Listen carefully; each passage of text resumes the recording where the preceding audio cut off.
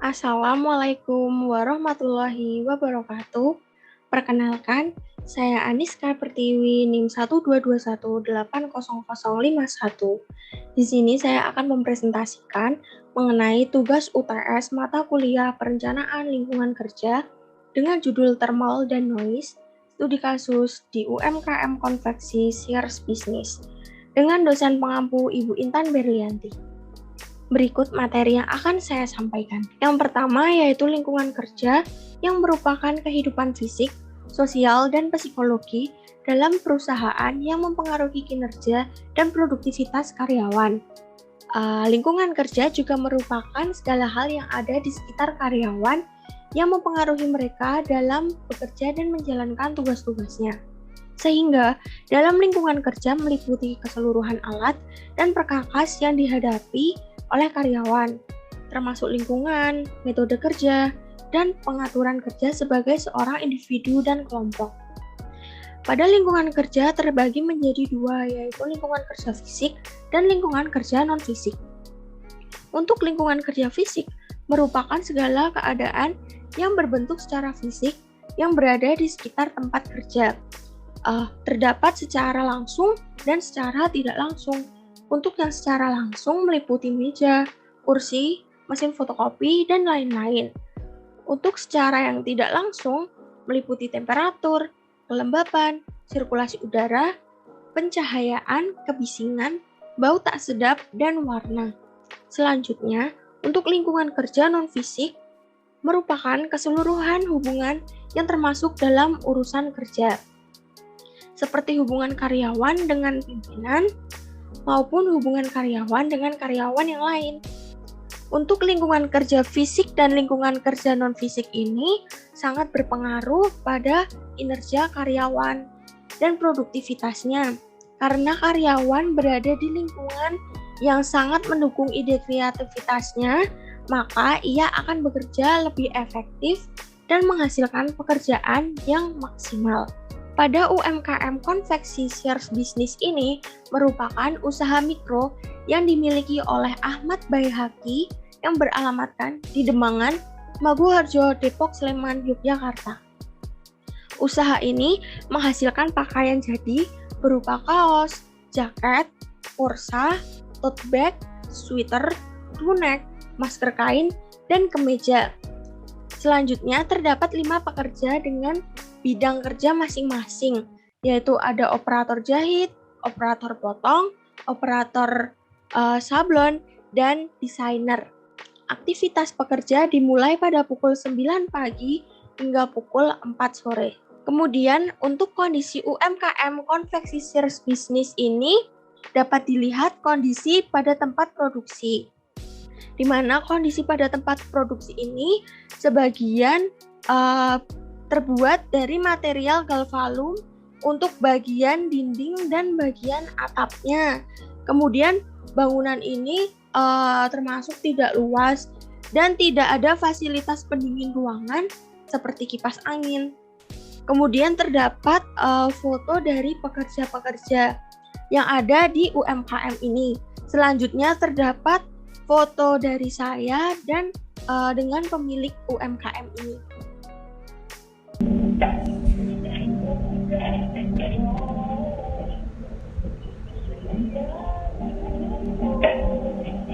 Kondisi lingkungan pada UMKM Konveksi Sears Business ini pada kondisi termal terdapat ketidaknyamanan atau tekanan udara yang terlalu panas.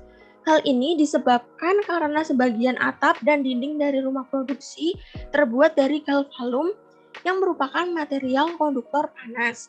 Selanjutnya, penggunaan mesin press dan mesin curing juga menghantarkan panas, serta belum tersedianya pendingin ruangan seperti kipas angin, sehingga kondisi rumah produksi akan terasa lebih panas.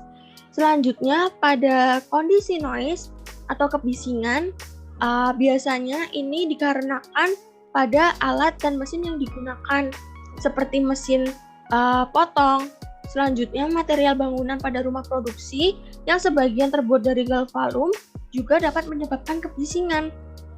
Hal ini terjadi karena materialnya yang ringan dan tipis, sehingga benda yang jatuh ke atap akan terdengar dengan keras, dan ketika hujan juga akan terdengar suara hujan yang cenderung berisik dan akan terdengar lebih keras. Pengaruh kondisi lingkungan di UMKM konveksi shears bisnis ini pada kondisi termal menyebabkan panas yang menyebabkan ketidaknyamanan pada pekerja. Kemudian konsentrasi pekerja jadi menurun dan mengakibatkan dehidrasi hingga sakit kepala.